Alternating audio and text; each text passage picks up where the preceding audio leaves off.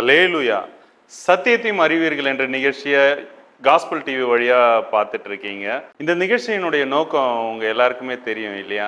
அதாவது வேத வசனத்தை, அதனுடைய விளக்கத்தை ஜனங்க எல்லாருமே தெரிஞ்சுக்கணும். சத்தியத்தை ஓகே அது புரிஞ்சுக்கணும்னு சொல்லிட்டு இந்த நிகழ்ச்சி பண்ணுறோம். எல்லா ஊழியர்கிட்டையும், எல்லா தரப்பான ஊழியர்கிட்டையும் பொதுவாக 5 கேள்விகள் கேட்போம். 2வது பாகத்துக்குள்ள வந்திருக்கிறோம். ஓகேவா? இந்த கேள்விக்கு பதில் சொல்லும்படியா நம்ம சாமுவேல் பாஸ்டர் அவர்கள் வந்திருக்காங்க. பிரைஸ்லாட் பாஸ்டர், பிரைஸ்லாட். நம்ம ஸ்ட்ரைட்டாக கேள்விக்குள்ள போயிடலாம். முதலாவது கேள்வி என்னன்னா, இப்போ இந்த பரிசுத்தம்னா என்ன, இந்த பரிசுத்தத்தை எப்படி காத்துக்கொள்றது அப்படிங்கிறது. ஏன்னா அப்போ ஜனங்க மத்தியில பரிசுத்தத்தை குறித்து ஒரு தெளிவான ஒரு இது இல்லை. ஓகேவா? அந்த பரிசுத்தத்தை எப்படி காத்துக்கொள்றதுங்கிறதும் அந்த போதனை கரெக்டாக இல்லாதனால உங்கள்கிட்ட கேட்குறேன். உங்கள் அனுபவத்துல இருந்து நீங்கள் தெரிஞ்சது கொஞ்சம் சொன்னால் அது ஜனங்களுக்கு யூஸ்ஃபுல்லாக இருக்கும்னு. இஸ்ரவேலின் தேவனாய் கர்த்தர் பரிசுத்தர் பரிசுத்தர்னு சொல்லப்பட்டிருக்கு. ஏசாயா 14ஆம் அதிகாரத்தை சொல்லும்போது, இஸ்ரவேலின் தேவனாய் கர்த்தருக்கு முன்பாக லூசிபர் அவர் நினைச்சாருன்னா தேவனை துதித்து கொண்டே இருந்தார். அவ்வாறு செட்டுகள் கொடுக்கப்பட்டது. அந்த அவ்வாறு செட்டில் வந்து இஸ்ரவேலின் தேவனாய் கர்த்தர் பரிசுத்தர், அவர் பரிசுத்தர், அந்த துதியை விரும்புகிறார். பரிசுத்தத்தோடு அவர் எப்பொழுதும் துதியை விரும்பி கொண்டு இருக்கிறதுனால அவனுக்குள்ள ஒரு மேட்டிமை உண்டாதனால அவர் கீழே தள்ளப்பட்டதுனால இன்றைக்கு அதே ஆராதனை ஆண்டு விரும்புகிறார். அதே ஆராதனை விரும்புகிறதுனால இன்றைக்கி ஜனங்களுக்குள்ளாக உண்மையான அந்த ஆராதனையை அவங்க ஏற்றுக்கொள்ள முடியாத அளவில் இருக்கிறது. அதனால் விக்கிரங்களை எரிக்கிறார். தேவன் பரிசுத்தமாக இருதயத்தோடு, பரிசுத்த உள்ளத்தோடு, பரிசுத்த ஆவி பெற்றுக்கொண்டு தானே தேவனை ஆராதிக்க விரும்புகிறார். பரிசுத்த ஆவி இல்லாமல் நம்ம ஆராதனை செய்ய முடியவே முடியாது. அது வெறுமையான ஆராதனையாக மாறிடும். அது மாதிரி இஸ்ரேல் ஜனங்கள் பொன் கட்டுக்குட்டியை செய்து அவர்கள் என்ன செய்தாங்க, தேவனை அது பொன் கட்டுக்குட்டி மேலே கழிவுறுந்தனால ஆண்டவர் என்ன செய்தார், அவர்களே வான சேனைகளுக்கு ஆராதனை செய்ய முடியாத திருப்பி விட்டார். அந்த ஆராதனையில் ஆண்டவர் பிரியப்படுவது அல்ல. அப்போ இன்றைக்கு ஆண்டவருக்கு பிரியமான ஆராதனை இருந்தால்தான் அவர் அந்த ஆராதனை பிரியப்படுவார். இல்லாவிட்டால் அந்த ஆராதனை விட்டு அவர் கடந்து செல்வார். அப்போ அந்த ஆராதனை யாருக்கு போகுது என்றால் வான சேனைக்கு போய்விடும். அப்போ வான சேனை தான் அந்த ஆராதனை பிடித்துக் கொள்வான். அது தேவனுக்கு இருதயத்தில் ஏற்றதான இசையோடு தேவனை ஆராதிக்கணும், பயபக்தியோடு ஆராதிக்கணும். ஒரு இசை நம்ம பாடல் பாடுகிறதோடு துதியோடு ஆராதிக்கலாம், கரங்களை தட்டி நம்ம தேவனை துதித்து ஆராதிக்கலாம். அந்த பரிசுத்த உள்ளத்தோடு தேவனை பரிசுத்த ஆவியனோட உதவியோடு ஆராதிக்கும் போது ஒரு இசை ஒரு பாடல் ஒரு 75% நம்முடைய பாடலாக இருக்கணும், 25% இசையாக இருக்கணும். இது ரெண்டும் இணங்கி போகும்போது தான் அது மென்மையான ஒரு இசையிலே அவர் குளிர்ச்சியில் விரும்புகிற தேவனாக இருக்கிறார். மென்மையான அந்த ஆராதனையில் தான் தேவன் பரிசுத்த அலங்காரத்தோடு தேவனை தொழுது கொள்ளுங்கள் என்று சொல்கிறார். அந்த பரிசுத்த அலங்காரத்தோடு தேவனை தொழுது கொள்ளும்போது தான் தேவன் அங்கே இறங்கியிருந்தார். எங்கே 2 பேர் 3 பேர் துதிக்கிற இடத்துல பரிசுத்த இருதயத்தோடு நம்முடைய வாழ்க்கை ஜீவியமும் பரிசுத்தமாக இருக்க வேண்டும். பரிசுத்தாவினுக்கு கீழ்ப்படிந்தால் தான் பரிசுத்தாவின் வாழ முடியும். அந்த கமாண்டர் இல்லாமல் பரிசுத்த வாழ்க்கை வாழவே முடியாது. எவ்வளோ தான் பட்டம் படித்தாலும், எவ்வளோ அறிவாளி படித்தாலும், எவ்வளோ லாங் எவ்வளோ படித்திருந்தாலும் அந்த பரிசுத்தத்துக்கு அதுக்கு ரொம்ப தூரம், அது ரொம்ப கிட்ட நெருங்காது. இந்த படிப்பை வச்சு ஒருத்தன் பரிசுத்தம் சொல்ல முடியாது, அவன் பட்டத்தை வச்சு பரிசுத்தம் சொல்ல முடியாது. அவன் ஜீவியம் எப்படி இருக்குது, கிறிஸ்துக்குள் இருக்கிறாங்க, உள்ளத்தில் யூதனாக இருக்கிறாங்களா, பரிசுத்தாவிக்குள் இருக்கிறாங்களா, பரிசுத்தாவிக்கு கீழ்ப்படுகிறாங்களா, பரிசுத்தாவின் உந்துதலோடு தேவன் ஆராதிக்கிறாங்களா, அந்த ஆராதனை தான் தேவன் இறங்குவார். இல்லைன்னா வான சேனைக்கு திருப்பி விட்டுருவார். அந்த வான சேனைகள் தான் அந்த நிற்கும். இசை அது ஆமோஸ் 5:20 என்ன சொல்கிறாருன்னா, ஒரு பாட்டின் இறைச்சலை என்னை விட்டு அகற்ற அப்படிங்கிறார். பாட்டின் இறைச்சல் இருக்கக்கூடாது. இந்த டம டம டம டம டமான்னு இசை அசிக்கிறதுக்கு டொம்மு டம டம அடிக்கிறது, இந்த இசையெல்லாம் தேவனுக்கு அருவருப்பான காரியம். அதுபோல் நாங்கள் ஒரு முறை நான் ரசிக்கப்பட்ட புதுசில் எசேக்கியா பிரான்சின்னு சொல்லி ஒரு கூட்டம் வச்சுருந்தார். கிட்டத்தட்ட ஒரு 10 நாள் கூட்டத்தில் கலந்து கொண்டிருந்தேன். அப்போ அங்கே ஒரு மதுரை கல்குராஞ்சில் ஒரு பாஸ்டர் உண்டு, அழகாக ஒரு இசை வசித்து பாடுவார். அலை மோதும் ஆழ்கடலில் ஆடியே நான் ஒரு சிறு கப்பல், ஆண்டவரே வாருமையா என் கப்பலில் மாலுமியாய். இந்த பாட்டும் இசையும் ஒன்போல இதமாக இருக்கும். அவங்க எல்லாம் கைகோர்த்து எசேக்கியா பிரான்சில் இறங்கிடுவார். இறங்கி மேலே விட்டு எல்லோரும் கைகோர்த்து பெரிய மண்டபம் கைகோர்த்து தேவனை துதிக்கிறோம். ஏலேலோ ஏலேலோ ஏலேலோ ஏலேலோ ஏலேலேலேலோ அப்படி கலங்கிடும் நேரத்தில் அப்படி சொல்லி அந்த ஆவியில் நிரம்பி பாடும்போது அங்கே பிதாவும் இயேசு இறங்கிட்டாங்க. இறங்கி வரும்போது எனக்கு கண்ணில் காண முடியுது, ஆவிக்குரிய கண்ணில் காண முடியுது. அப்போ அவர் ஜோதிமயமாக இருக்கிறார். இயேசு பிதாவாய் தேவன் இவர் சிங்காசனில் இயேசு கிறிஸ்து இருக்கிறாரு, நடுவடத்தில் இறங்குறாரு. இறங்க உடனே இயேசு சொல்கிறாரு, அப்பா அப்பா அப்பா நானும் பிள்ளைகளோடு சேர்ந்து தேவனை ஆராதிக்கட்டுமா, உங்களை உண்மை ஆராதிக்கட்டுமான்னு கேட்குறாரு. அவர் மகனே போகாதே மகனே போகாதே, அவர் விட மாட்டேங்கிறார். தேவன் அந்த அளவுக்கு பிரியமாக இருக்கார், பாசமாக இருக்கார் இயேசுக்கு மேலே.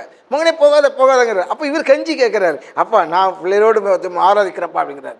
இன்றைக்கும் நம்ம இயேசு கிறிஸ்துவை துதித்து ஆவியில் நிரம்பி துதித்து ஆண்டவரே இயேசுவே ஆண்டவர் இயேசுவே ஆண்டவர் சொல்லி அவரை துதித்து பாடினாலும் எல்லா துதியை எடுத்து இயேசு கிறிஸ்து பிதாவின் வலது பக்கத்தில் அப்பா அது உமக்குத்தான் அப்படி கொடுக்குறாரு. அது ஒரே வார்த்தை அவருக்கு போதும். முழு உலகத்தில் தேவன் துதிக்கிற துதி இயேசு கிறிஸ்து மூலமாக ஒரே வார்த்தையில் ஏற்றுக்கொள்கிறாரு. அதுதான் இங்கே நடக்குது. அதே மாதிரி அந்த பயபக்தியோடு இருக்கிற ஆராதனை, ஆவியானோடு இருக்கிற ஆராதனையை ஏற்றுக்கொள்கிறார். அப்படி இருதயத்தோடு சிந்தையோடு. அப்போ 3 முறை அவர் கேட்குறாரு, நான் போட்டுமாப்பா கேட்கும்போது அவசராரு, சரி போயிட்டு வா, கஷ்டப்பட்டு தான் அனுப்புகிறாரு அவரை. அப்போ அவர் இறங்கி வர்றார். இறங்கி வந்து எங்களோட கை கோர்த்து பிதாவை ஆராதிக்கிறார். அப்படி ஆராதிக்கிற நேரத்தில் வந்து அபிஷேகம் நிரம்பிச்சு ஐயா. அதை வச்சு நான் எங்கேயுமே இது வரைக்கும் அந்த அபிஷேகத்தையோ அந்த நிறைவு நான் கண்டதே இல்லை. டாம் டீம் டக்கட பக்கம் போகிற இடத்துல ஆட்டம் பாட்டம் சாட்டம் போட்டம் இப்படி கட்டப்பட்ட கட்டிக்கிற ஆடலும் பாடினது இப்படி தான் இருக்கே தவிர, நான் அன்று இருந்தது அனுபவித்தது எல்லாம் சேர்ந்தது. இசைக்கப்புறம் எல்லாம் சேர்ந்து ஒரு மனதோடு அது இசையும் பாட்டும் மென்மையான அளவுக்கு தூபம் மாதிரி போயிட்டு இருக்கும்போது அவரே இறங்கிட்டார். இறங்கி முன்னாடி அந்த அதில் பிரியப்படுறாரு, துதியில் பிரியப்படுறார், பரிசுத்த ஆராதனை பிரியப்படுகிறார், பரிசுத்த உள்ளத்தை பிரியப்படுகிறார், ஒரு மனதை பிரியப்படுகிறார். தேவ பிள்ளைகள் ஒருமனப்பட்டு துதிக்கிறதை அவர் விரும்புகிறார். இதான் பரிசுத்தம். அப்போ பரிசுத்த வாழ்க்கை வரும்போது அவரே ஆப்ரேட் பண்ணிடுவார். அப்புறம் வரும்போது பரிசுத்த வாழ்க்கை, பரலோக வாழ்க்கை, தேவன் தந்த வாழ்க்கையின் மாதிரி அது இருதயத்தில் நமக்கு இடிக்கிறாரு. சிந்தையில் பரிசுத்தம், பேச்சில் பரிசுத்தம், பார்வையில் பரிசுத்தம், எண்ணங்களில் பரிசுத்தம், செயலில் பரிசுத்தம், எல்லாவற்றிலும் நமக்கு பரிசுத்தத்தை விளம்பிக்கொண்டே இருப்பார். ஒரு மாடு மாட்டு வண்டியில் எணிச்சிறாரு. வண்டி ஓட்டி எணிச்சிறான். அவர் வரும்போது அந்த மாடு அப்படி எந்திரிச்சிரும். நம்மளுடைய மேய்ப்பர் ஆள் வந்துட்டாரு, கமாண்டர் வந்துட்டு டகாரம் எந்திக்கும், தண்ணி குடிக்கும், ஓடி போய் இந்த நுகத்தை தூக்க உடனே அப்படியே ஓடி போய் அந்த நினைச்சு வண்டியில் வந்து நுகத்தை மாட்டிக்கிட்டு அவர் என்ன சொல்கிறாரோ சொல்லி அதை அசைவு பார்த்துக்கிட்டே இருக்கும். என்ன சொல்கிறார், எது செய்யார் அப்படின்னு சொல்லி அந்த போக்கில் அவர் நிப்பாட்டு இடத்துல நிற்கும், தண்ணி கொடுக்குறத தண்ணி குடிக்கும், ஆகாரம் சாப்பிடும், மீன் கூப்பிட்ட இடத்துல ஓடி வந்துடும். இப்படி வந்து கமாண்டர் அதை நல்ல மேய்ப்பன் தன் ஆடுகளுக்காக என் ஆடுகள் எனக்கு கீழ்ப்படுதுங்கிறார். அப்போ இந்த ஆவியானவருக்கு நம்ம கீழ்ப்படும் போது தான் நம்ம கமாண்டர் நடத்தி நம்ம சீர்படுத்தி இன்றைக்கு ஆவியான என்ன செய்கிறார், என்ன விரும்புகிறார் சொல்லி இணைஞ்சு போகும்போது நம்ம இதயத்தை அவர் நினைச்சிட ஒரு நாட்களாக பக்குவப்படுத்தி நம்ம பரிசுத்தமாக்க முடியாது. நம்மளால் பரிசுத்த ஜீவிக்க வாழவே முடியாது. உலகத்தில் வாழலாம், உலகத்தில் பல வழியில் வாழ்ந்து பிடிக்கலாம். ஆனால் தேவனுக்கு நமக்குள்ள தொடர்பு உண்டாக்குறது பரிசுத்த ஆவியானவர். எப்படி ஒரு நீதிபதிக்கும் ஒரு குற்றவாளி நிற்கிறான், நீதிபதிக்கும் வக்கீல் நினைக்கிறாரு, இந்த குற்றவாளிக்காக பரிந்துரை பேசுகிறாரு. இது வந்து நீதிபதியை பேச முடியாது குற்றவாளி. இவர் வந்து யார்கிட்ட இவர் குற்றவாளியாக தான் நிற்பார். பரிந்துரை பேசுகிறது யார், வழக்கறிஞர். இவருக்காக வழக்காடுவார். அதே மாதிரி தான் பரிசுத்த நமக்காக வழக்காடுவார்.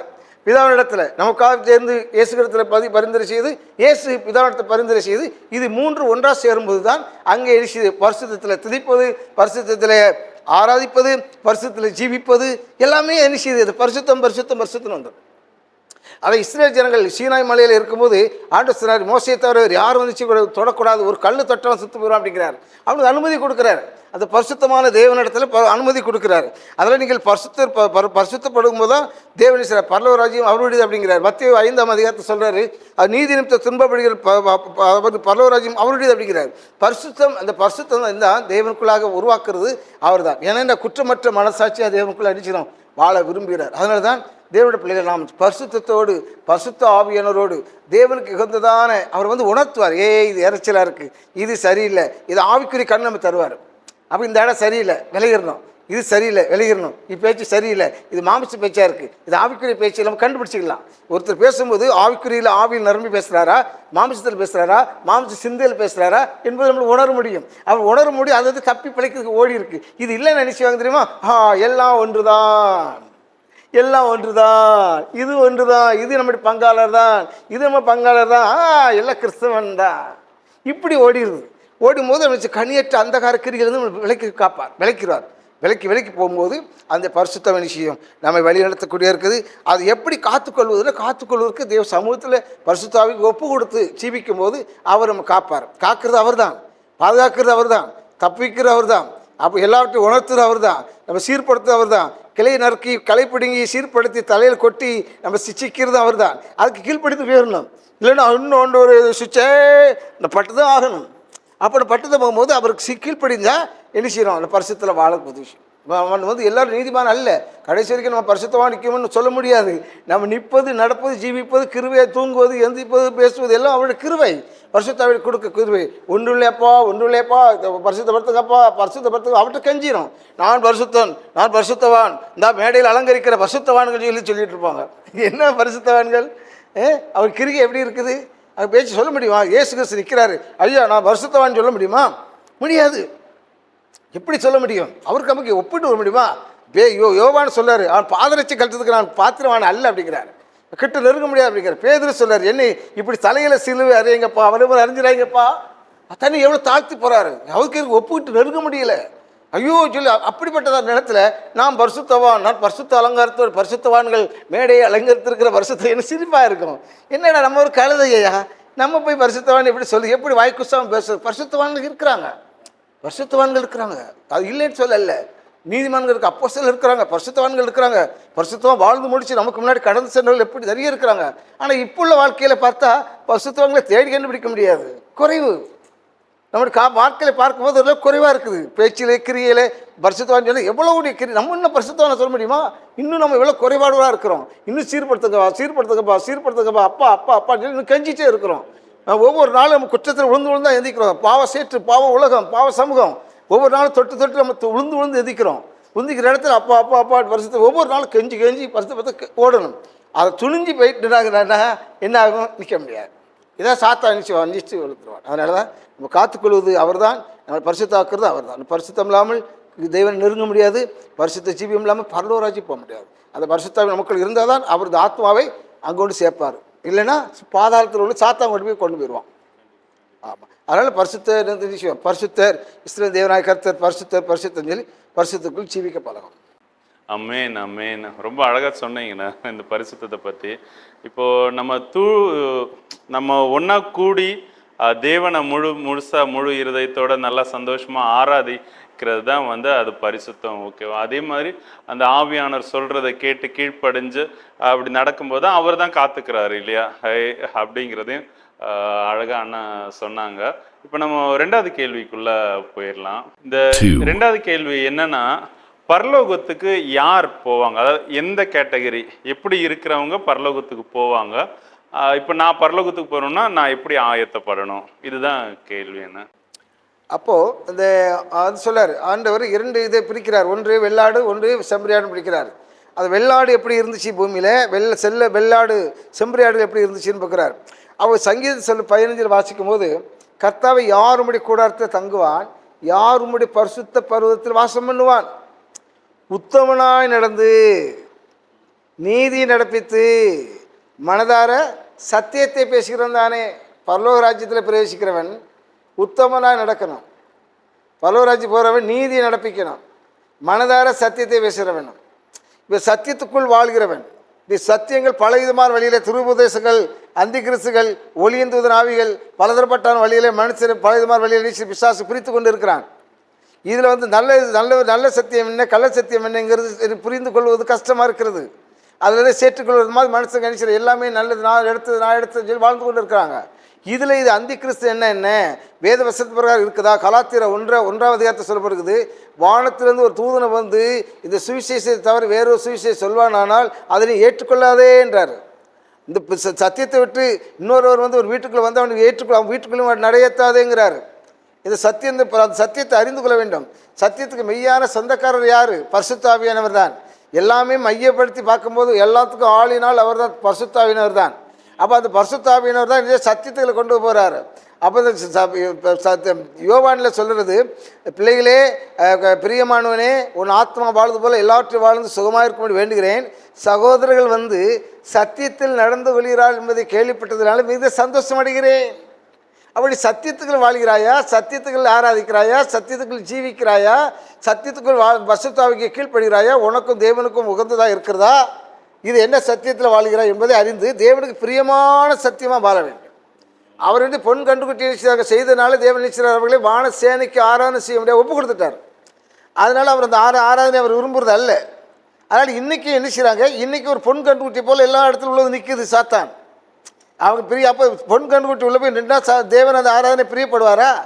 எப்படி இஸ்ரவேல் ஜனங்கள் மத்தியில் பொன் கண்டுக்குட்டி வந்த நேரத்தில் தேவன் அதை விடுவித்து தேவன் அது ஜனங்களை உதறி தள்ளி தேவனுடைய ஆராதனையை தேவனுடைய இதையை வச்சு பாதாளத்தை தள்ளிவிட்டாரோ, அதே போல் இன்றைக்கும் இந்த உலகத்தில் பொன் கண்டுக்குட்டிகள் இன்றைக்கி சபைக்குள்ளே இருக்குது, மறைமுகமான வழியில் இருக்குது, இவங்களுக்கு தெரியாது.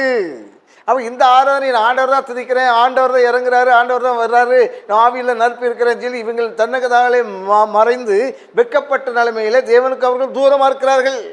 இவர்கள் ஆராதனை அங்கே வானசேனைகள் தடுத்துடும், வானங்கள் மூடப்பட்டு போகும், ஜெபங்கள் போகாது, ஜெபனை நடக்காது, அங்கே துதியில் ஆண்டு உரியப்பட மாட்டார். அதனால் இன்றைக்கி ஒரு இடத்துல போகும்போது எலிசா பலவானை கட்டினால விட நீ கொள்ளையிட முடியாது அப்படிங்கிறாரு. முதல்ல வானசேனை எங்கும் நிரம்பி இருக்குது, நிரம்பி இருக்கிறனால நாம் போது ஜெபிக்கும் போது பிசாசை கட்டும் போது தான் அங்கேருந்து நமக்கு தொடர்பு உண்டாகும். ஒரு முறை என்ன ஆசாரிப்பள்ளம் பக்கத்தில் ஒரு பொண்ணு 2.5 வருஷ காலமாக பிசாசு பிடிக்கப்பட்டு அலங்கழிக்கப்பட்டு அலங்கோலப்பட்டு மொட்டை எடுத்து கஷ்டப்பட்ட நிலைமையில் இருந்தால் அது ஒருத்தர் சொல்லி வர சொல்லியிருந்தாங்க. நான் போய் பார்த்து ஜெபித்தோம்.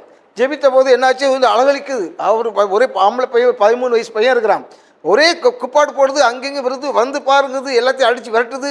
எனக்கு ஒரு மாதிரியே செய்யும், இவ்வளோ தூரத்தில் வந்து ஆண்டவரே இதோடைய அலங்கோல நிலைமை பார்க்கறதுக்காக வந்தேன், ஏன் ஆண்டவரே இப்போ ஜெபம் பண்ணி ஒன்றும் பிரயோஜனம் இல்லையாப்பா, என்ன பண்ணிட்டோம் சொல்லி எனக்கு அங்காளிப்பு உண்டாகுது, தத்தளிக்கிறேன்.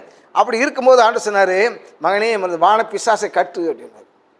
உடனே ஜெபம் பண்ணி ஆவியில் நிரம்பி அந்த பகுதியில் இருக்க எல்லா வான பிசாசுகளை கட்டுனேன். கட்டிட்டு இப்போ ஜெபி அப்படின்னாரு.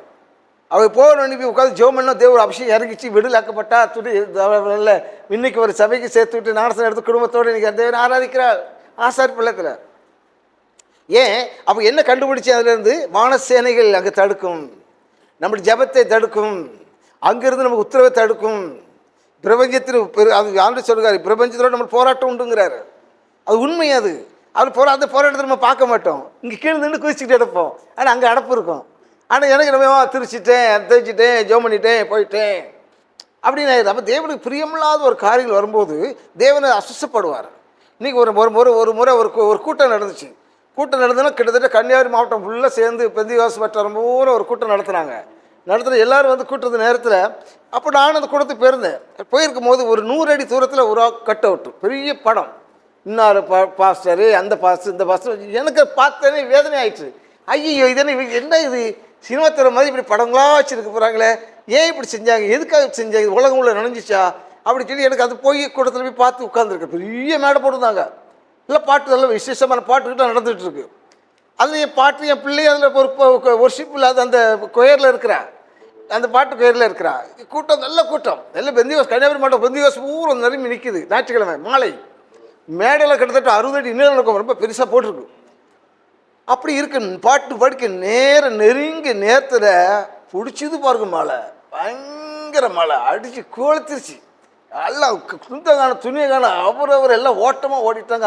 அந்த இடத்துல ஆராதனை இல்லை, செய்தி இல்லை, பிரசங்கம் இல்லை, எல்லாம் வந்து அடுத்த சகதி கடை எல்லாம் தண்ணி கடை ஓடிச்சு. காரணம் என்ன, இந்த அங்கே உள்ள அங்கே எங்கே ஒரு கொன்குட்டி வந்துடுது. ஏன் உக்கிரங்களுக்கு மனசுக்கு போட்டாங்க பெரிய பெரிய அவங்க கண்கள் அடைக்கப்பட்ட நிலைமையாக மாறுது. நம்ம சொன்னால் மேலே வருத்தப்படுவாங்க, இல்லை அது ஆவிக்கிற இதில் நம்ம பார்க்குறோம் இது தப்பு அப்படின்னு. ஆனால் அவங்களுக்கு ஒரு பெருமையை அது பேசுகிற மாறுது. இன்றைக்கி ஒரு கலாச்சாரமாக மாறுது. இன்னைக்கு பல வழியில் பிசாசு மனுஷனை இன்றைக்கி ஆவிக்கிற பிள்ளைகளே ஊழியக்காரங்களே தந்திரமாக வச்சு நினைச்சிடான், உள்ளே கொண்டு புகுந்து அவன் தேவனை ஆராதிக்க விடாதபடி தடுக்கிறான். இந்த ஆராதனை தேவனிடத்தில் போகக்கூடாதபடி மறைமுகமான வெளியே தடுத்து வச்சிருந்தான், பெண் கண்குட்டி வச்சார் மாதிரி. அங்கே தான் அங்கே இதே மாதிரி நிறைய இடத்துல பார்த்துருக்குறேன். ஒன்றில்லை இது மாதிரி நிறைய இடத்துல பார்த்துருக்குறேன். ஏன்னா எங்கே மனுஷனை பிரியப்படுத்துகிறாங்களோ அங்கே உண்டாகுது. ஏன்னா மனுஷனை சால்வை போடுறது, மனுஷன் சூப்பிடி கொண்டாடுறது, மனுஷன் வந்து வழங்க இருக்கிறது, சப்பரத்தை தூக்கிறது, ஆடுறது, ஐயோ ஐயாவுக்கு வணக்கம், ஐயா அவர் இவர் சொல்லி பண்ணுறது நான் பார்த்துருக்க காரியங்கள் சொல்கிறேன். அப்படி அந்த மனுஷனை உயர்த்தி புகழ்ந்து பாடுறது. இப்படி வரும்போது அங்கே என்ன செய்யுது, அங்கே சாத்தானுடைய கிரியை போயிட்டு அந்த தேவன் விலகிடுவார். அப்போ அங்கே சாத்தானுடைய கிரியை வந்து வானசேனை இலத்து திருப்பாங்க. இங்கே எல்லாம் ஜெய நடக்கான தேவன் அங்கே பிரியப்பட மாட்டார். மனுஷனால் தேவனுக்கு தேவன் கொடுக்குற கனமகிமை மனுஷனுக்கு கொடுக்கக்கூடாது. அது யாராக இருந்தாலும் சரி ஊழியக்காரர் கனம் பண்ணணும், நேசிக்கணும். அவர் தேவனால் பிரிக்கப்பட்டவர்கள், அவர் பாடுபட்டவர்கள், உருவாக்கப்பட்டவர்கள். அவர் எவ்வளோ கஷ்டப்பட்டு வந்திருப்பாங்க, எவ்வளோ அவர் பெரிய அவங்க பின்னடை பார்க்கும்போது பெரிய கஷ்டத்தில் வந்து உருவாக்கப்பட்டு வந்திருப்பாங்க. ஆனால் இடையில அடிக்கிற சாத்தான் அவங்க உருவாக்கப்பட்ட இடத்துல அவங்கள தெரியாமலே அடி செஞ்சிடான். இப்படி மூடு பண்ணி மறைச்சி விடு. இலைமறை காயா என்ன செஞ்சிருந்தா உங்களை கிரியை செஞ்சிருந்தான். கிரியை செஞ்சா இவனுக்கு மறைஞ்சு போயிருது. ஓ ஸ்தோத்திரம், இது வரைக்கும் நடத்துகிறவர் இன்னும் நடத்தி கொண்டு இருக்கிறார். இது வரைக்கும் ஜெபத்தை கேட்டு இன்னும் கேட்டுக்கொண்டு இருக்கிறார். உள்ளே பக்கத்தில் நிற்கிறது யாரு? பொன் கண்டுகட்டி. அப்போ இவங்களுக்கு மறைஞ்சிருவாங்க. அப்போ என்ன ஆகுது? தேவன் அங்கே விலகிடுவார். விலகும் போது அங்கே கிரியை நடக்குது. அங்கே என்ன தேவனுக்கு வேதனைப்படுவார். இதில் ஏன்னா உணர்த்துறதுக்காக. ஆகவேதான் தேவனுடைய பிள்ளைகள் நாம் நினைச்சிடும் இப்படிப்பட்டதானே தேவனுக்கு பிரியதானே பரலோக போகணும் அப்படின்னு சொன்னால் அவருடைய வழியிலே பிரியமாக இருந்து சாத்தானுடைய தந்திரங்களுக்கு நாம் விட்டு விலக வேண்டும். ஒரு முறை பெங்களூரில் போயிருந்த போது ஆராதனை செய்யணும் ஒரு இடத்துக்கு போயிருந்தேன். அப்படி போயிருக்கும் போது எனக்கு நான் மெஜஸ்டிக்கில் தங்கியிருக்கிறேன். எனக்கு முன்னாடி ஒரு பெரிய சினிமா தேட்டர் இருக்குது. அதில் ஒரு புதிய தேட்டர், புதிய படம் வந்திருக்கு. ஒரு 20 அடி உயரத்தில் அது நடிகர் இது மாலையெல்லாம் போட்டு பால் அபிஷேகம் போட்டு கொட்டை அடித்து மேலே, அது அவங்களுடைய கலாச்சாரம், அது செய்கிறாங்க. அப்படி இருக்கும்போது நான் பார்த்து எப்போ ஒரு மனிதருக்கு இவ்வளோ இதுதான் அப்படின்னு நினச்சிட்டு நானும் அந்த ஆராதனைக்காக கடந்து செல்கிறேன். கொஞ்சம் தூரம் போகணும். அதுவும் ஆவிக்குரிய சபையில் கேட்டறிஞ்சு போகிறேன். போகும்போது அங்கேயே என்னாச்சு, ஒரு ஃபஸ்ட் ஆராதனை நடக்குது. எல்லா மக்கள் வரிசையாக நிற்கிறாங்க. நின்ற போது அப்படி என்னாச்சு, நான் கேட்குறேன் இது என்ன சர்ச்சு இதானே? ஆமாம், இங்கே ஒரு ஆராதனை நடக்குது, ஆக அடுத்த ஆராதனைக்காக நிற்கிறோம் அப்படின்றாங்க. அங்கே பார்த்தா ஒரு 20 அடி உயரத்தில் கட் அவுட், அடுத்து ஒரு 10 அடி உயரத்தில் கட் அவுட்டு. யார்? அந்த பாஸ்டர் ரத்திக்கு வச்சுருக்குது. அடுத்து போய் மாடி திரும்பி போகும்போது அங்கே ஒரு 5 அடி இடத்துல கட் அவுட், ஒரு படம். நான் இது என்னது, அங்கே தான் சினிமா தேட்டரில் பார்த்தோம், அப்போ இங்கே மாதிரி இங்கேயும் வச்சுருக்குது, அங்கே இதுக்கு என்ன சம்மந்தம் இருக்குது? இவரை பற்றி தெரியாது, இப்படி செய்யலாமா? ஐயோ சரி சரி நமக்கு எதுக்கு? நான் சரி இது நமக்கு வந்ததுக்கு வேலை என்ன? நம்ம ஜெபம் பண்ணிட்டு போயிட்டே இருக்கிறோம், ஆராதிக்கு வந்தோம், ஜெபம் பண்ணிட்டு போகலாம் போயிட்டுருக்கிறேன். எனக்கு முன்னாடி மாடியில் திரும்பி போகிற நேரத்தில் அந்த ஒரு போட்டாவை ஒரு அம்மா காலை தொட்டு கும்பிடுதாங்க. அந்த பாஸ்டர் காலை தொட்டு கும்பிடுவாங்க, அடுத்தவன் தொட்டு கும்பிடுதான். இதை பார்த்தவோ ஒருத்தர தொட்டு கும்பிட்டு போகிறான். எப்போ என்ன ஆச்சு? இது ஒரு விக்கிராராதனைக்கு சமமாக மாறிடுது. ஐயோ என்ன பார்த்து எனக்கு இப்படி விப்ராலாம் உண்டாகுது. சரி நமக்கு அப்பவும் சரி நமக்கு இதுக்கு என்ன வேலை? நம்ம வந்தோம் முடித்தோம் சொல்லி ஆண்டவரே சொல்லி நம்ம ஆண்டவர் பார்ப்போம், ஜெபம் பண்ணிட்டு போவோம், வந்ததுக்கு சபை கிடச்சி சொல்லி முடிச்சுட்டு நான் கீழே வர்றேன். அங்கே ஒரு பெரிய ஹால் இருக்குது, கீழே அதில் ஒரு புக் ஸ்டால் இருக்குது. அவ்வளோ நாள் உட்காந்து கொஞ்ச நேரம் பேர் ப்ரே பண்ணதுக்காண்டி உட்காந்துருக்கிறேன். உட்காந்து முடிச்சுட்டு வெளியே போகிற நேரத்தில் ஆண்டு சொன்னார், மகனே இதை குறித்து நீ கண்டது பற்றிய வேதனை கண்டியே, இதை குறித்து இது பாஸ்டர்கிட்ட சொல்லு அப்படிங்கிறாரு. ஐயோ நமக்கு இதுக்கு தேவையா? அது எவ்வளோ பெரிய பெரிய பாஸ்டரு, நம்ம வந்தப்போ நம்மள என்ன பண்ணணும், அங்கே அடித்து வெட்டி விடுவாங்க, எவ்வளோக்கு தேவையில்லை சொல்லிட்டு நான் என்ன பண்ணிட்டேன், முடிச்சுட்டு நான் கடந்து போகிறேன். அங்கே பஸ் ஸ்டாண்டு போகும்போது டவுன் பஸ்ஸில் ஏறி கொஞ்சம் போய் டிக்கெட் எடுக்க வேண்டி பையில் காசு விடும்போது அங்கே சாவி இல்லை, வண்டி ரூம் சாவி இல்லை. உடனே அடுத்த ஸ்டாப்பில் இறங்கி ஓடி என்ன எங்கே விழுந்துருக்கும்னு சொல்லி பார்த்தா அந்த உட்காந்துருந்தனே அந்த இடத்துல விழுந்திருக்கலாம் சொல்லி, ஏன்னா இப்படி பையில் விழுந்திருக்கும் சொல்லி கர்ச்சிப்பு எடுக்கும்போது விழுந்திருக்கும். அப்படி அங்கே போய் தேடி பார்க்குறேன். அப்போ அங்கே ஒரு அம்மா தூத்துட்டு இருந்தாம்மா, அவருக்கு சொன்ன அம்மா அங்கே இப்போ சாவி உண்டானு. சாவியா? ஆமாம் எடுத்து அந்த புக் ஸ்டால் இருக்கு அவர்கிட்ட கொடுத்துருக்காரு அப்படின்னாரு. நான் அங்கே போய் சாவி அவர் தந்துட்டார். அப்பவும் ஆண்டு சொன்னார், மகனே நீ சொல்லு. அப்போ எனக்கு உணர்த்தப்பட்டேன்.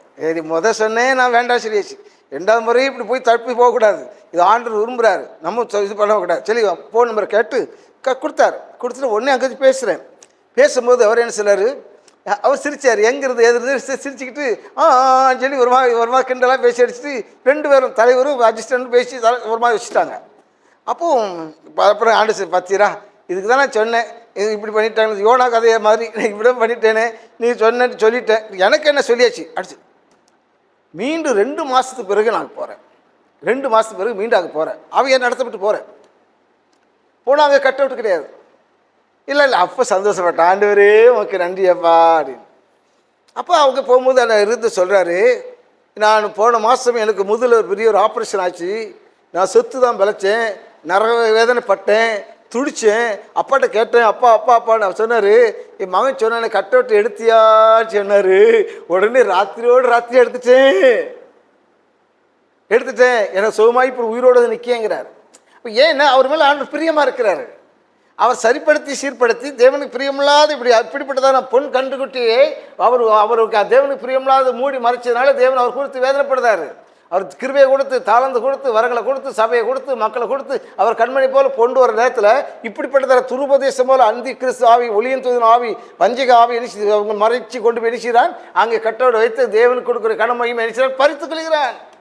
இன்னைக்கு உலகத்தை அதை பிரிக்கிறான். தேவனுக்கு கொடுக்குற கடமையுமே பிசாசு என்ன திருடி கொண்டு தன் வசத்தை வச்சிருக்கிறான். அதை மக்கள் ஒவ்வொரு இடத்துல ஓடிக்கொண்டு இருக்கிறான். இது ஏன் குடும்பம், ஏன் சாமி, இது எங்கே சாமி, எங்கே குலசாமி, எந்த சாமி சொல்லி இந்த பிசாசு கண்களை குழாக்கி குளித்து கொண்டு போயிட்டு இருக்கிறான். தேவன் கொடுக்குற கடமையுமே இவன் தன் பறித்து கொண்டு திருடி கொண்டு இருக்கிறான். அதனால் இன்னைக்கு இப்படிப்பட்டதான உபதேசத்துக்குள்ளே தேவனுடைய பிள்ளைகளுக்குள்ளேயும் பிசாசு நிற்கிறான். பலவிதமான திருடி தேவனுக்கு அவர்களை தூரமாக்கி கொண்டான். எப்படி ஆதாம் ஏவாள் எப்படி திருடி கொண்டு வைத்தான், இதே போல இன்றைக்கும் பலவிதமான வழியில் நினைக்கிற பிசாசு திருடி கொண்டு ஜனங்களை நினைக்கிறான், தேவனை விட்டு விலக்கி கொண்டிருக்கிறான். இதில் தான் நினைக்கிறோம் ஆவிகளையும் அறிந்து அப்படி தான் நம்ம இருந்து தேவர் கடைசி வரைக்கும் நம்ம நினைக்கிறோம். போகும்போது தான் தேவர் நினைக்கிறார் நம்மளை பரலோராஜ்யம் கொண்டு சொல்வார். பரலோராஜ்யம் போது சும்மா போக முடியாது. பரலோராஜ்யம் பரிசுத்தாவி இல்லாமல் போக முடியாது. இந்த பரிசுத்தாவி இருந்தால் போக முடியாது. அது என்ன காரணம் ஒரு காரணம் சொல்லும்போது, ஒரு முறை கிருபாசனத்தில் தாசி அவர்கள் சுகவீனமாக படுத்திருக்கிறார். அப்புறம் அவர் கூட சபையில் கொஞ்ச நாள் இருந்தவர் கூட அவர் பகிரமாக இருக்கும்போது நான் அன்றைக்கி பார்த்துட்டு ஜெபம் பண்ணிவிட்டு முட்டத்துக்கு மீட்டிங் போயிட்டேன். அவர் போகிற நேரத்தில் ஒரு பெரிய ஒரு பெரிய பில்டிங் மாதிரி இருக்குது. அது பக்கத்தில் ஒரு பெரிய ஒரு வாசல் மாதிரி இருக்குது. அந்த வாசல் வழியாக இயேசுதாஸ் இந்த கிருபாசனத்தில் முன்னாடி தலைவர் அதே சால்வே அதே இதில் வரார், மேலே ஏறி வரார். வந்துட்டு இவர் படுத்திருக்கிறார். இவர் அசைய முடியாது, ஒரு மாதம் படுக்கையில் இருக்கிறவர். அவர் அங்கிருந்து பார்த்து தாசியா எழுந்து வா, தாசியா எழுந்து வா, தாசியா எழுந்தவர் 3 முறை கை தட்டி எழுப்புறாரு. இவர் ஒரு பாவி அப்படி எழுந்துச்சு அவர் கூட போகுது. ஆனால் இவர் சரீரம் அங்கே கிடக்குது. அதே சால்வே அதே சைஸில் போய் அவர் 2 பேர் போயிட்டாங்க. பரதீசியான இடம் அவர் கொண்டு போயிட்டார், பரிசுத்தவான்கள் இருக்கிற இடத்துல கொண்டு போயிட்டார். அப்போ அந்த இடத்துல போகும்போது கடைசியில் மறுநாள் இவர் மறிச்சிட்டார்.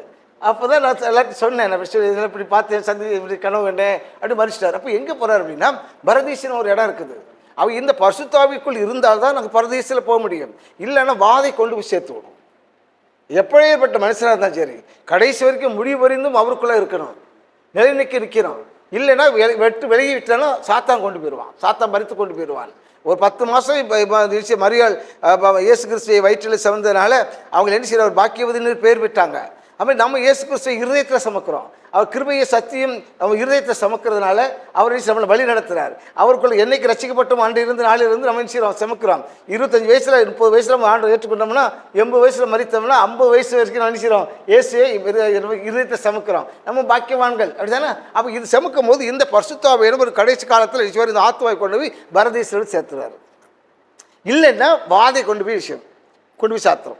அதுக்கு பாஸ்டராக இருக்கட்டும், அது விசுவாசியாக இருக்கட்டும், யாராக இருந்தாலும் சரி, கடைசி வரைக்கும் நிலைக்கவில்லை என்றால் வஞ்சிக்கிற ஆவிக்கில் அகப்பட்டு விட்டால் அதை செய்து அங்கே போய் தத்தளிக்க வேண்டிய சூழ்நிலை வந்துடும், போக முடியாது. அப்புறம் அங்கே சொல்ல கர்த்தாவே ஒரு நாமத்தினாலே நாங்கள் அற்புதம் செய்தோமே, ஒரு நாமத்தினாலே சுவிசேஷ அறிவித்தோமே, உங்கள் நாமத்தினாலே ரெவரெண்டாக இருந்தனே, ஒரு நாமத்தினாலே டாக்டராக இருந்தனே, ஒரு நாமத்தினாலே அப்போஸ்தலனாக இருந்தனே, ஒரு நாமத்தினாலே பரிசுத்தவனாக இருந்தனே, நான் அப்படி கட்டுறேனே இப்படி கட்டுறேனே சொல்லியிருந்தால் ஒன்றும் போகாது. சரிங்களா? அதில் ஜீவ தண்ணீரை வசனத்தில் வார். ஒரு முறை ஆண்டு தரிசனத்தை கொண்டு போகிறனா ஒரு பெரிய சர்ச்சை காமிட்டாரு, கோவில் மாதிரி. அது செங்கல் கல், அது இரும்பு கருப்பு கல்லில் கட்டப்பட்டு சதுரமாக பெருசாக கட்டி இருக்குது. கட்டி போகும்போது காட்டுறாரு, இந்த பத்தியா இதெல்லாம் கட்டப்பட்டு பற்றியா, இதெல்லாம் உப்பு தண்ணியெலாம் கட்டப்பட்டது, இதெல்லாம் உடைந்து நொறுங்கி போயிடும், என்னுடைய பிள்ளைகள் ஜீவ தண்ணியெலாம் கட்டணும் அப்படின்னாரு. இன்றைக்கி பில்டிங்கை கட்டிட்டு அதை வச்சு மேன்மை பாராட்டக்கூடாது, கோபுரத்தை கட்டி மேன்மை பாராட்டக்கூடாது. இந்த இருதயத்தை, இந்த அலங்கத்தை, இது சமானமான இந்த இருதயத்தை கட்ட வேண்டும், பரிசுத்த ஆவிக்குள் கட்ட வேண்டும். அப்படி கட்டினா தான் இது நாளுக்கு நாள் புதுப்பிக்கப்பட்டு அவருக்குள்ள கழிவுறது நிற்கும். இது கட்டடத்தை பெரியப்படுத்தவோ கட்டடத்தில் அதில் வச்சு தேவன் மனுஷர் கையினால் செய்யப்பட்டதில் அவர் நினைச்சுவதில்லை, வாசம் பண்ணுவதில்லை. அப்புறம் ஆண்டு காமிச்சாரு, என்னுடைய பிள்ளைகள் ஜீவ தண்ணீராக கட்டு. ஜீவ தண்ணீர் என்றால் என்ன? தேவனுடைய சத்தியம். அதனால் சத்தியத்துக்குள் நம்ம கட்டப்பட வேண்டும். நமக்கு ஒரு கட்டடம் தேவைதான், அது மேன்மை பாராட்டக்கூடாது. அது ஒரு காற்றுக்கோ ஒரு மலைக்கோ இருக்கிறதுக்கு, தேவனை துதிக்கிறதுக்கு ஒரு அவசியமான கட்டடம் தேவை. அந்த இடத்துல பயபக்தியோடு தேவனை ஆராதிக்க வேண்டும். இசையை டம் டம் டம்னு வாசித்தால் நம்ம வெளிநாட்டில் போய் வாசிக்க முடியுமா? வெளிநாடுகளில் போய் இப்படி சவுண்டு வடித்தா விடுவாங்களா? சவுதி அரேபியா போய் நம்ம இசையை அடித்து மேலத்தை அடித்து ஆண்டவர் டோர் கூப்பிட்டா விடுவாங்களா? மறுநாளே சீட்டு கழித்து வெளியே அனுப்பிட்டுருவாங்களா இல்லையா? அங்கே எத்தனை லட்சக்கணக்கான கோடிக்கணக்கான மக்கள் இருக்கிறாங்க. அங்கே ரூமுக்குள்ள இருந்து அவங்க கையில் தட்ட முடியாமல் ஆண்டவரை துதித்து, அது வெள்ளிக்கிழமை தான் அவங்களுக்கு ஆராதனை, ஆண்டவர் துதித்து ஆண்டவர் பாடி ஆண்டவருக்குள்ள தேவனை அவங்க இறங்கி அவருக்கு உதவி செய்யலையா? செய்கிறாரு, அந்த இடத்துல இறங்கிடுறாரு. அப்போ அங்கே தான் இந்த இது ஆர்ப்பரிப்பு தமிழ்நாட்டில் இப்படி தான் பாடுறங்கப்பா, அப்போ தான் வருவ பாடு சொல்கிறார் ஆண்டவர். இந்தியாவில் இப்படி தான் பாடு, இப்படி தான் மேலத்தை தாளத்தை அடிக்க வேண்டியதான். இசை நான் சொன்னல, இசை மெதுவாக இருக்கணும், மென்மையாக இருக்கணும். நீ ரசிக்கப்படாத கருது டம் பாரு மேலத்தை கூட்டிவிடும் கூட்டிவிடு மேலே தான் கேட்குறோம், நீ கூட்டி அங்கே என்ன சத்தம், எல்லோரும் என்ன பார்க்கணும், எல்லாரும் இங்கே அங்கே ஆர்ப்பரிப்பா கூப்பாடு கூட்டி அங்கே புண்கண் குட்டி இறங்கிடும். இது ரகசியமான ஒரு காரியங்கள். யாரும் சொல்லும்போது மற்றவர்கள் எரிச்சுவாங்க, கசப்பாக தெரியும் அவங்களுக்கு. இது என்ன எப்படி சொல்கிறார், புதியதான காரியத்தை சொல்கிறாரு, நம்ம கற்றுக் கொடுத்தனால சொல்கிறாரு, நம்ம அறிந்ததுனால சொல்கிறோம். அதனால் யாக்கோப்பு 5:20 சொல்லும், ஒருவன் சத்தியத்தை விட்டு வெளியே போகும்போது இன்னொருவன் அதை கண்டு திருப்பினால் திரளான பாவங்களை முடக்கடுவன் இருக்குது. அதனால் சத்தியத்தை விட்டு வெளியே போகும்போது, அப்போ தேவனை விட்டு வெளியே போகும்போது, தேவனுக்கு பிரியமில்லாத காரியத்தை வெளியிட்டு போகும்போது நம்ம என்ன செய்யணும், அவங்களுக்கு அறிந்து போகும்போது திருப்பணும். திரும்பி அவங்க திரும்பலைன்னா நம்ம ஒன்றுக்கு அதுக்கு பாத்திரவான் அல்ல, இல்லைங்களா? அதனால தான் அப்படிப்பட்டவங்க தான் பரலோக ராஜ்யத்தில் கடைசி வரைக்கும் கர்த்தருக்குள்ளாக சீர்பட்டு ஆறு குணப்பட்டு இஸ்ரவேல் ஜனங்களை அனுப்பிச்சிறார். வணங்கா கழுத்து உள்ளவர்களே, அது யோவான் சொல்கிறார், விரியன் பாம்பு குட்டிகளேங்கிறார். வரும் கோபத்துக்கு தப்பித்துக்கொள்ள வகை கட்டினன் யார்? நீ ஞானஸ்நானம் எடுத்துட்டாடி பரலோக ராஜ்யம் போகலான்னு நினைக்கிறியா? முடியாது. அவள் மனம் திரும்பினார்கள், மனம் திரும்பி பாவங்களை அறிக்கையிட்டாங்க. ஆண்டவர் வழி நடந்தனால்தான் யோவான் வந்து அவங்களுக்கு ஜனங்களுக்கு ஞானஸ்நானம் கொடுத்தாரு. யூத பரிசேயர் சதுசேயர் ஓடினாங்க, ஓடி போய் எனக்கும் ஞானஸ்நானம் கொடு அப்படிங்கிறான். ஒருத்தர் ஓடி போய் எப்போ சில வீட்டை பேந்துட்டு கேட்குறான், எனக்கு இந்த பரிசுத்தாவி பெற்றுக்கொள்வதற்கு வரத்தை கொடுக்க பணம் தர அப்படிங்கிறான். பணத்தை தந்து பெற்றுக்கொள்ளாமா அப்படிங்கிறான். பரிசுத்தாவியை நீ பணம் கொடுத்தா வாங்க முடியுமா? அப்படி கேட்குறான். நீ வந்து பணத்தை தரேன், எனக்கு இந்த அந்த வரத்தை எனக்கு தா. அவன் பணம் ஒன்னோட நாசமாக போகணும்னு வரைச்சி விட்டுருதான். இதில் தேவனுக்கு விலை பேசி காசு கொடுத்து வாங்கலாம்னு பார்க்குறீங்க. அதனால இன்றைக்கி பணத்தை கொடுத்து காசு பாசத்தை பிரியப்படுத்தி பரவராஜ்யம் பார்க்கலாம் போக முடியுமா? அது முடியாது. இங்கே லஞ்சம் கொடுத்துங்க உங்கள் பரவராஜ்யம் போக முடியாது. நம்ம எந்த அளவுக்கு ஜீவிக்கிறோமோ அந்த அளவுக்கு தான் போக முடியும். கடைசி வரைக்கும் நான் பேசுகிற கடைசி வரைக்கும் இருந்தாலும் போக முடியும். சரிதானா? கடைசி நம்ம பேசிட்டோம், அதே மாதிரி நம்ம கடைசி வரைக்கும் அப்பா இருந்து காத்துக்கொள்ளணும். கடைசி வரைக்கும் தகப்பனே அப்படின்னு சொல்லி அது மாதிரி அந்த கடைசி வரைக்கும் போனால் தான் நிலைநிற்க முடியும் பரலோராஜ்யம். இல்லைன்னா பரலோராஜ்யம் போக முடியாது, வாசல் அடைக்கப்பட்டு போகும். ரொம்ப அழகாக சொன்னீங்க. ஓகேவா? இப்போ பரலோகத்துக்கு போகணும்னா முதல்ல வந்து நாம இந்த பிசாசனுடைய கிரியைகள், ஓகேவா, அதுவும் அழகாக அந்த பொன் கண் குற்றி எல்லாம் நம்ம விலகி நம்மளை காத்து கொள்ளணுங்கிற விஷயம் வந்து ரொம்ப நல்லா சொன்னீங்க. அப்படி நம்மளை இந்த அந்நிய தேவன் அல்லாத காரியத்துல இருந்து நம்மளை விளக்குனோம் தான் பரலோகம் போக முடியும் அப்படிங்கிறத அழகாக சொன்னாங்க. இப்போ நம்ம கண்டிப்பா பரிசுத்த ஆவியை பெற்றுக்கொண்டாதான் நம்ம வந்து போக முடியும். ஓகே, பரிசுத்த ஆவியை பெற்றுக்கொண்டு அவருடைய நடத்துதல்ல இருந்தால் தான் வந்து நம்ம போக முடியும். அதுக்கு நிறைய உதாரணங்கள் சொன்னாங்க இல்லையா? நம்ம 3வது கேள்விக்குள்ள போகலாம். நம்மளை தேவன் அழைச்ச அழைப்பை எப்படி அதை ஐடென்டிஃபை பண்ணி தெரிஞ்சுக்கிறது, என்ன இந்த அழைப்புக்கு தான் அழைச்சாருங்கிறத நம்ம எப்படி தெரிஞ்சுக்கிறது, அதை நீங்க சொன்னீங்கன்னா கொஞ்சம் நல்லா இருக்குண்ணா. தேவன் என்ன எதுக்கு அழைச்சாரு, ஓகே, அழைப்பை நான் எப்படி தெரிஞ்சுக்கிறது, இப்போ நான் வந்து கண்டிப்பாக ஆத்மா ஆதாயம் பண்ணி தான் ஆகணுமா அப்படிங்கிறத நீங்கள் கொஞ்சம் சொன்னால் அது யூஸ்ஃபுல்லாக இருக்குண்ணா. அப்போஸ்தலன் பவுல் அவர் வந்து இந்த இஸ்ரவேல் இயேசு கிறிஸ்துவின் உபதேசத்தை கை கொள்ளுறவங்களை கொலை செய்து கொண்டு இருந்தார். அப்போ ஒரு அப்போஸ்தலர் 9ஆம் அதிகாரத்தில் போகும்போது அவர் ஜனங்களை கொலை செய்வதற்காக மனு வாங்கிட்டு போகும்போது தான் இயேசு கிறிஸ்து அவருக்கு நினைச்சாரு பரிசுத்த ஆவியின் அபிஷேகம் கொடுத்து கண்ணு திறக்கப்படுது. கண்ணு திறந்த பிறகு தான் அவர் புதிய மனசில் மாற்றப்படுறார். அப்போ கண்ணு திறக்கப்படணும், அது அபிஷேகத்தினால பரிசுத்த ஆவியினால வரணும். அப்படி வரும்போது தான் அவங்களுக்கு நினைச்சா நான் என்ன செய்யணும் ஆண்டவரேன்னு சரணடைகிறாரு. சரிங்களா? அது மாதிரி தேவர் ஒவ்வொருவரையும் ஒவ்வொரு விதமான விதத்தில் அழைக்கிறார். ஒவ்வொருக்கும் ஒரு விதமான தாழ்ந்து கொடுக்குறாரு, ஒவ்வொருத்துக்கும் ஒரு விதமான ஊழியத்தை கொடுக்குறாரு. அந்த ஊழியத்தின் பகுதியில் வந்து நம்ம அழைக்கப்படும் போது அந்த அப்போஸ்தலர் பவுல் அறிந்து கொண்டு அவர் புதிய ஊழியமாக செய்யப்படுகிறதான வழியில் போகிறார். பேதுரு தேவன் அழைத்தார், அதுபோல் போகிறார். எலிசாவை அழைக்கிறாரு.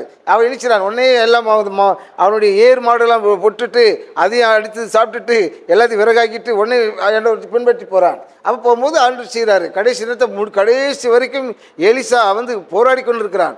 எலியாவிட்டு கேட்குற எப்பா உன்னிடத்து ரெட்டிப்பான வர எனக்கு வேணும்னு கேட்குறாரு. அவர் எப்போ அரிதான காரியத்தை கேட்டாய், எனக்கு எடுத்துக்கொள்ளும் போது கிடைச்சா போது உண்டு இல்லை. அவர் கடைசி தாண்டி ஓடுறாரு. பெத்லகேமுக்கு போகிறேன், எரிகோவுக்கு போகிறேன், யோர்தானுக்கு போகிறேங்கிற தாண்டி போய் கடைசி. ஆனாலும் இவர் 40 தீர்க்கத்தை சொல்கிறாங்க, உன்னுடைய எஜமான் எடுத்துக்கொள்ளப்படுவார், என்ன பண்ண திரும்பி எப்படி வரப்போகிற, யோர்தான் அவர் அடிச்சுட்டு போயிட்டாரு, யோர்தானை நீ எப்படி திரும்பி வரப்போற, சும்மா இருங்கப்பா, எனக்கு தெரியும் என்னை அழைத்தவர் அவர் என்னை கைவிட மாட்டார். அழைத்ததுனால நான் அவர் பிடிச்சிட்டு இருக்கிறேன். நான் சுயமாக வரல, சொந்தமாக வரல. அதனால இந்த அழைப்பு என் தேவர் கைவிட மாட்டார். நான் அன்றைக்கு எல்லாத்தையும் விட்டுட்டு வந்தவேன். சால்வை போட்டு அழைச்சி கொண்டு வந்தார். அப்போ போகும்போது கத்துறாரு, தவப்பனே இஸ்ரவேலுக்கு ரதம் குதிரை வீரமாக இருந்தவரை என்னை விட்டுட்டு போயிட்டு நான் என்ன பண்ணுவேன், என்ன செய்வேன், எனக்கு என்ன ஊழியம் சரி, எனக்கு என்ன பண்ண முடியும், ஐயோ எல்லாரும் அங்கே 40 தீர்க்க பார்க்குறான், யோதாவது நிற்குது, நான் என்ன பண்ணுவேன் ஆண்டவரே தவிக்கிறான். இந்த தவிப்பை தேவன் அறிந்தார், இந்த வாஞ்சியை தேவன் அறிந்தார், கூப்பிடலே தேவன் அறிந்தார். அவர் வாஞ்சி விருப்பத்தை தேவன் அறிந்தனால அங்கே என்ன செய்றாரு, அங்கே இருந்த சால்வை கீழே விழுந்த உடனே அந்த விசுவாசத்தோடு சால்வை எடுத்து எலியாவின் தேவன் எங்கே, எலியாவை அழைக்கல, எஜமானை அழைக்கல, அவன் அப்போ அது வரைக்கும் எஜமானை பிடிச்சிட்டு இருந்தார். எலியாவின் தேவன் எங்கே, வைராக்கியம் அழைத்த தேவன் எங்கன்னு அங்கே இறங்கிட்டார். அதுக்கப்புறம் அவரை விட எலியாவிட எலிசா என்ன செய்தார், அதிகமான அற்புதங்களை மிராக்கள் செய்தவர் காணப்பட்டார். அதனால தான் அந்த அழைப்பை நம்ம உறுதியாக பிடித்து கொண்டு தெரிந்து போக வேண்டும். எல்லாரும் ஆத்மா ஆதாயப்படுத்த முடியாது, எல்லாருக்கும் அந்த கிருபை இல்லை. எல்லாரும் வேலை செய்யலாம் போகிறாங்க, வேலை செய்கிறாங்க, ஆண்ட கிருவிகளாக இருக்கிற கிறிஸ்தவனாக வாழணும், கிறிஸ்தவனாக வாழலாம். ஆனால் கிறிஸ்துக்குள் வாழ்வது கஷ்டம். உள்ளத்தில் யூதனானவனே யூதனு சொல்லப்பட்டிருக்குது. கிறிஸ்தவங்கிற பேரில் 85% 90% வாழ்கிறாங்க.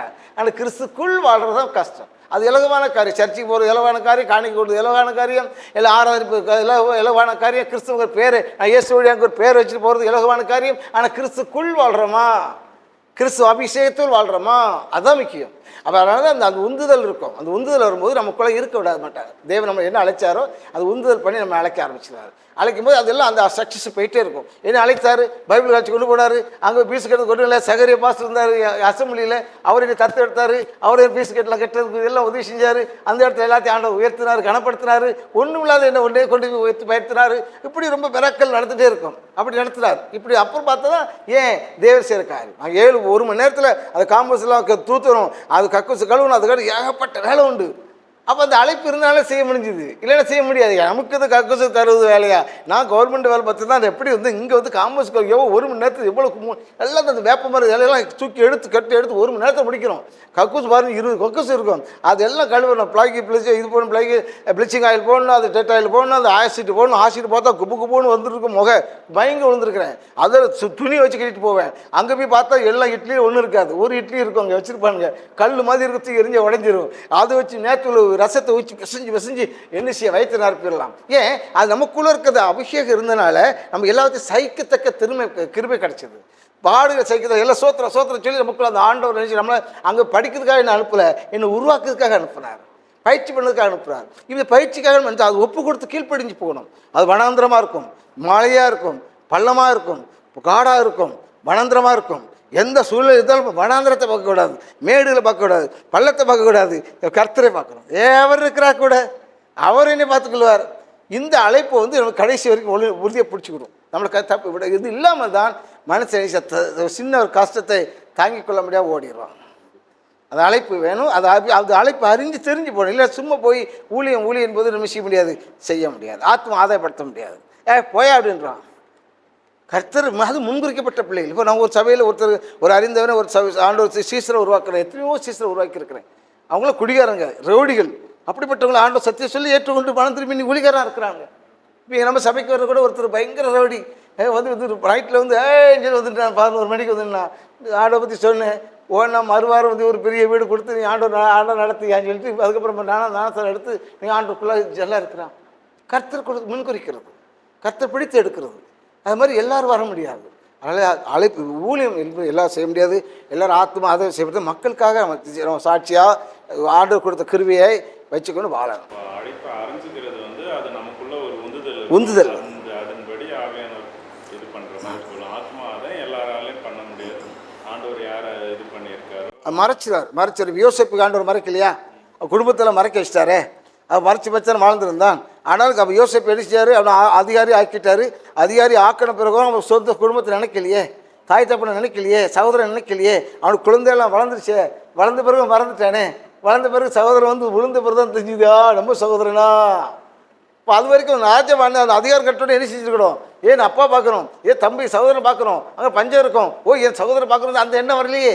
ஆண்டவர் வீசார், மறைத்து கொண்டு அந்த நேரம் வரும்போது காலம் வரும்போது தேவ தரிசனம் நிறைவேறதுக்காக காத்திருந்து அவன் காலில் உள்ள தண்டியான வச்சுட்டாரு. சரிங்களா? அப்போ தான் வந்தது. அதனால எல்லாத்தையும் மூடி மறைச்சிடுவார். இப்போ நாங்கள் விட்டு 86 விட்டு போனோம், அந்த எல்லாமே போச்சு. கலாச்சாரம் கந்தி சந்தை பந்தம் எல்லாம் பூண்டு இருப்போம், எல்லாமே மறக்க பண்ணிட்டாரு. ஆண்டவரோடு வாழணும், தேவ பிள்ளைகளோடு வாழணும், தேவரை துதிச்சிருக்கணும், எது இருந்தாலும் கர்த்தரோடு வாழணும், அவர் நம்மளை பாதுகாப்பாக சொல்லி இந்த அண்டிக்கொண்டு வாழும்போது அவர்களெல்லாம் மீண்டும் நம்ம கருத்தில் வருவாங்க. அப்படிதான் இங்கே வந்தாங்க எல்லாரும். இதுவும் ரொம்ப அழகாக சொன்னீங்க. இப்போ அழைப்பை தெரிஞ்சுக்கணுன்னா அந்த ஆண்டவருடைய லீடிங் வந்து அந்த அழைப்பை நோக்கி நம்மளை புஷ் பண்ணி இருப்பார் அப்படிங்கிறத சொன்னாங்க. ஆத்தும ஆதாயம் எல்லாராலையும் பண்ண முடியாது. ஓகேவா? அது தனி கிருபை. ஆண்டவர் அந்த அழைப்பை கொடுத்து யார்கிட்ட அந்த ஆத்தும ஆதாயம் பண்ணுற அந்த கிருபையை கொடுத்துருக்காங்களோ அவங்களால மட்டும்தான் ஆத்தும ஆதாயம் பண்ண முடியுங்கிறதே நம்ம தெரிஞ்சுக்கிட்டோம். இப்போது 4வது கேள்விக்குள்ளே நம்ம போகலாம். 4வது கேள்வி என்னென்னா, திருவிருந்து அது யார் எடுக்கணும், எப்படி எடுக்கணும்? சிம்பிளாக கேட்டால் இதை திருவிருந்து யார் எடுக்கணும், எப்படி அதை எடுக்கணுங்கிறத நீங்கள் கொஞ்சம் சொல்லி கொடுங்கண்ணா. திருவிருந்து என்பது இன்றைக்கி பலதரப்பட்டதான வழியிலே திருவிருந்து கொடுக்குறாங்க. ராத்திரி கொடுப்பாங்க, பகலில் கொடுப்பாங்க, அது மட்டும் இல்லாத வருஷத்துக்கு ஒரு முறை கொடுப்பாங்க, 6 மாதத்துக்கு ஒரு முறை கொடுப்பாங்க, வாரம் வாரம் கொடுக்குறாங்க, கால்களை கழுவி கொடுக்குறாங்க, கால்களை கழுவாமல் கொடுக்குறாங்க. திருவிருந்து பகலில் கொடுக்கணும்பாங்க, இரவில் கொடுக்குறன்றாங்க. இப்படி பலதரப்பட்டதான 3 மாதத்துக்கு ஒரு முறை திருவிருந்து கொடுக்கணும்பாங்க. இப்படி பலதரப்பட்டதான வழியிலே நினைச்சாங்க திருவிருந்து நடந்து கொண்டு இருக்குது. ஆவிக்குரிய சேவைன்னு சொல்லி நடந்து கொண்டு இருக்குது. அதில் திருவிருந்து 3 நாள் ஆயத்தப்படணும், பரிசுத்தப்படணும். பரிசுத்தப்பட்டு நாம் என்ன செய்யணும், திருவிருந்து எடுக்கணும் ஆசைப்படுறாங்க.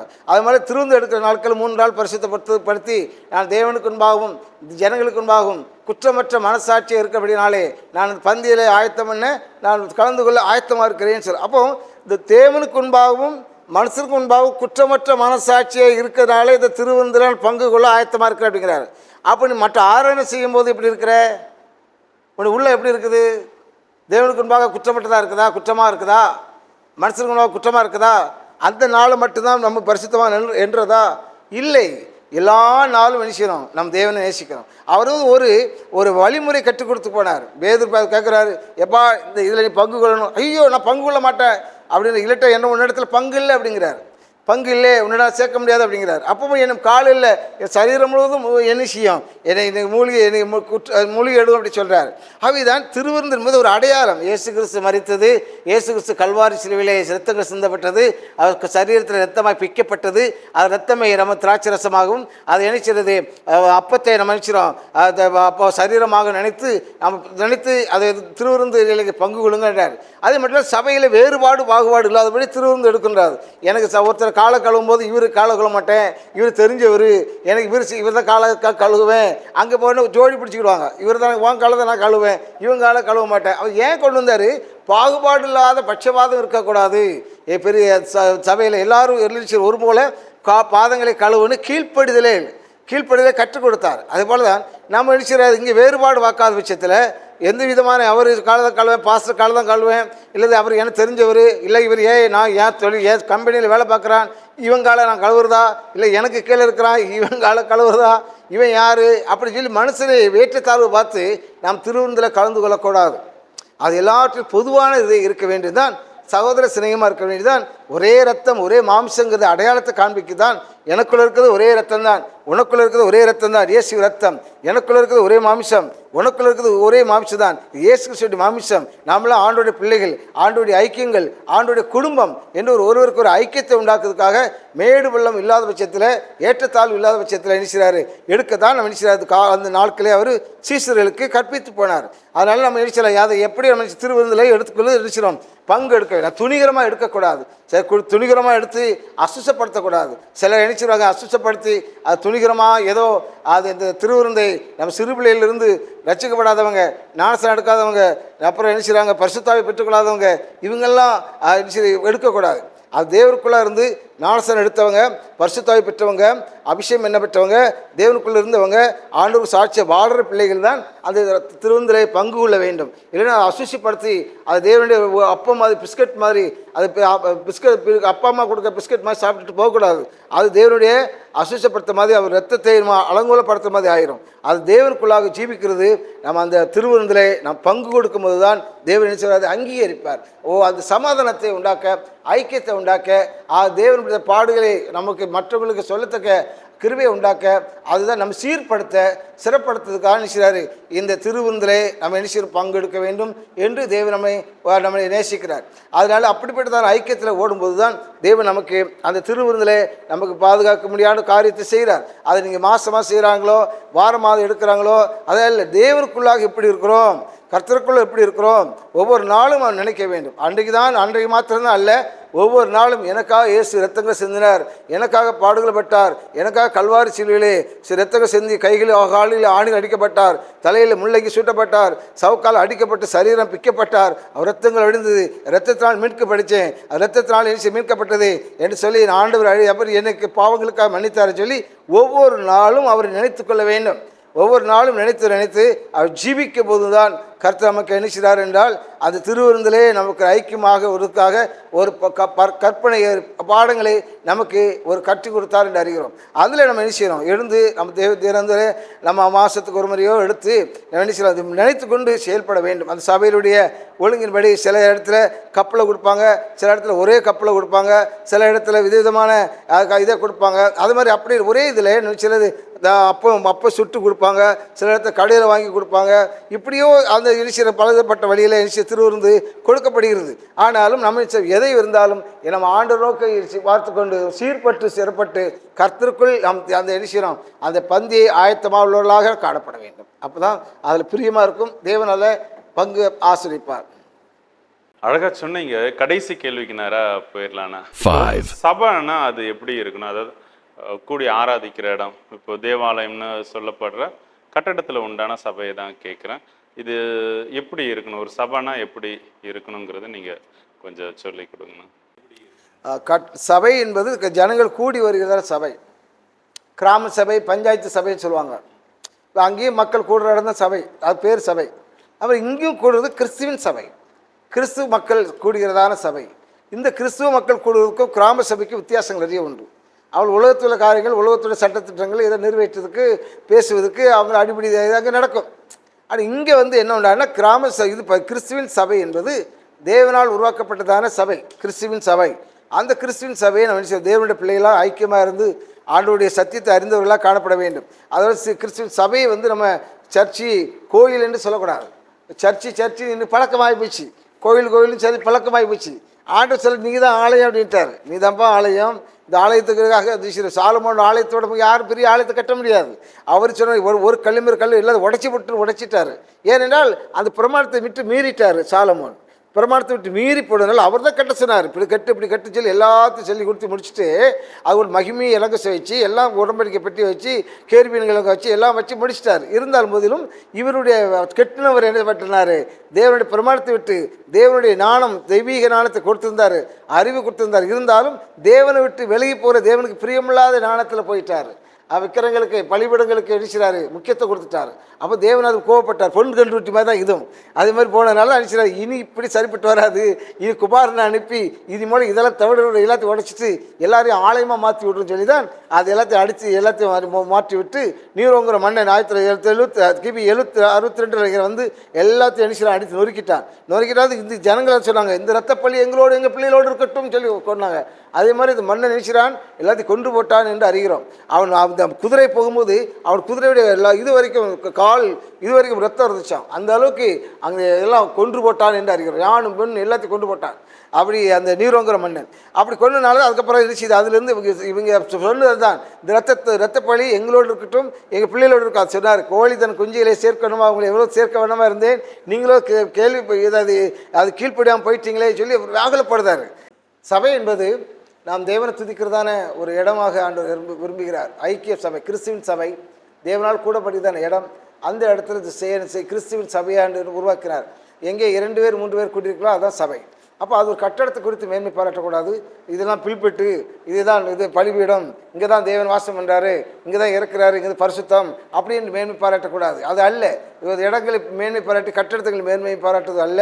நம்ம இருக்கிற இடத்துல நம்ம நினைச்சிடும், இருக்கிற இடம் ஒரு மனதோடு தேவனை துதிக்கிற போது மேன்மை பாராட்டு. சாலமோன் ஆலயத்தை விட நினைச்ச முடியாது, பெரிய ஆளுங்க கட்ட விட முடியாது. அதே ஒரு கல் மேல் கல் இராதபடி உடைக்கப்பட்டு போச்சு. அதனால் தேவன் துதிக்கிற இடத்துல ஒரு மனப்போடு தேவன் பரிசுத்தாவியின் நிறைவோடு ஜனங்கள் ஆராதிக்கிற இடத்துல தான் தேவன் இறங்குவார். அதுதான் சபை என்பதை நாம் காணப்படுகிறோம். அதை நம்ம ஒரு அலங்கத்துக்குள்ளே சமாதானம், அரமனைக்குள்ளே சுகமும் இருப்பது அப்படின்றார். அந்த அரமனைக்குள்ளே அலங்கத்துக்குள்ளே சுகமும் சந்தோஷமாக இருக்க வேண்டும். அதே போல் சபை என்பது தேவன் துதிக்கிறதான பாடலோடு இசைந்து பாடக்கூடியதாக இருக்கணும்.